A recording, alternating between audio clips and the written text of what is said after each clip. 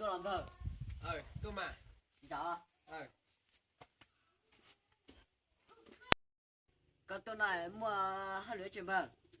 Mà tôi nói mà cứ dạo con rồi cũng phải mua cho khủng không nó. Không mua mồi giờ chim à. Na, tôi nhớ sợ, tôi dạo của cho tôi nó chỉ với lên giờ không mà. Là so sánh rồi chào chị tao bỏ đuôi đi.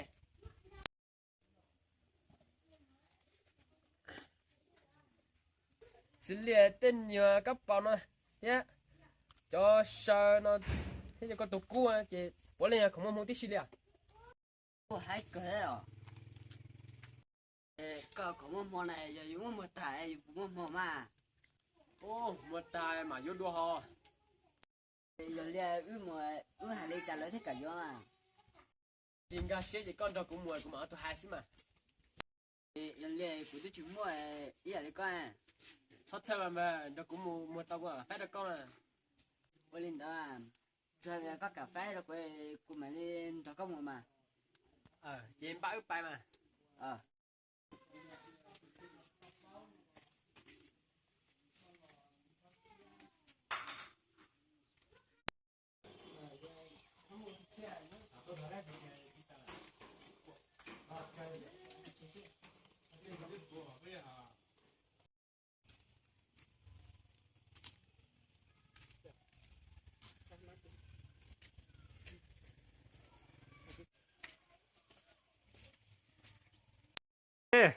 Ở tuần rồi rồi thì nó rồi mua chỉ là mà đi thả Olia.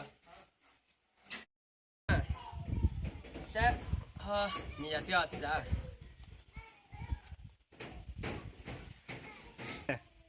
sai sao ấy giờ tiêu thì muốn mông mà em rong nó sẽ giờ tiêu giờ muốn mông à Tiêu lo bỏ lên một mà.